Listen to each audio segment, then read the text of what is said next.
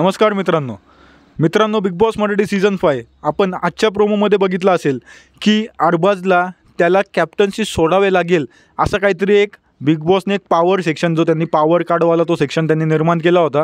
तसंच काहीतरी एक त्या सेक्शनमध्ये त्यांनी एक 2 ऑप्शन ठेवलेले आहे अरबाजसाठी की अरबाजने कॅप्टन्सी सोडली पाहिजे किंवा मग अरबाजने घराच्या सोयीसुविधा घेतल्या पाहिजे।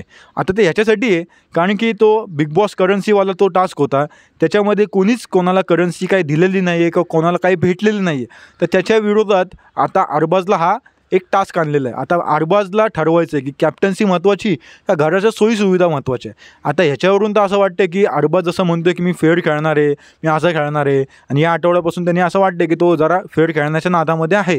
तर मला तरी वाटते की तो घराच्या सोयीसुविधा चूज करणार आहे, कॅप्टन्सीला तो चूज नाही करणार।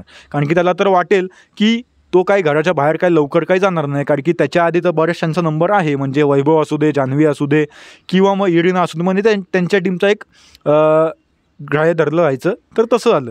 पण मित्रांनो अजूनपर्यंत काही नॉमिनेशनचा टास्क काय झालेला नाही।